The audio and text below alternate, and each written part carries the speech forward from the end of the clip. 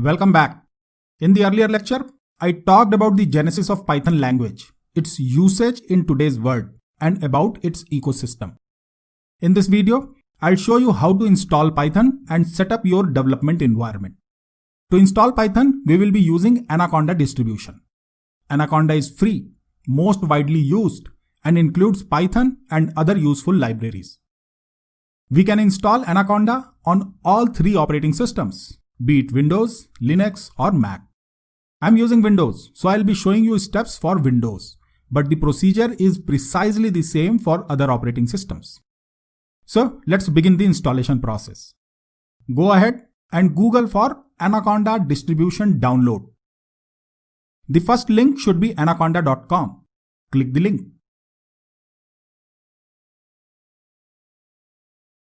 Now, click on the download button and scroll down. You can opt for the operating system of your choice. I am selecting Windows. We are going to use Python 3. Python 3.8 is the most recent version as on today. However, any other version of Python 3 should be good to go for this course. So, go ahead and download the 64-bit graphical installer. If you are using an old 32-bit machine, then you can download the 32-bit version. Once your file is downloaded, go ahead and open it. Click on Next.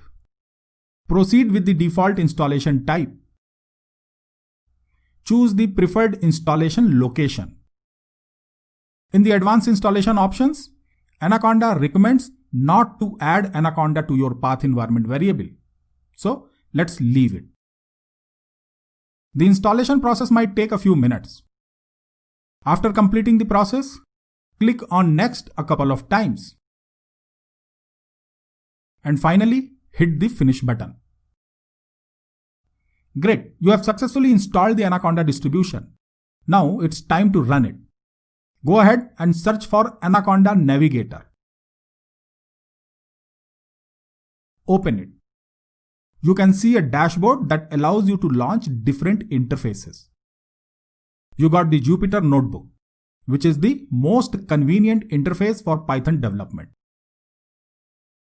You also have PyCharm. PyCharm is a fully featured Python integrated development environment. You have a few other things.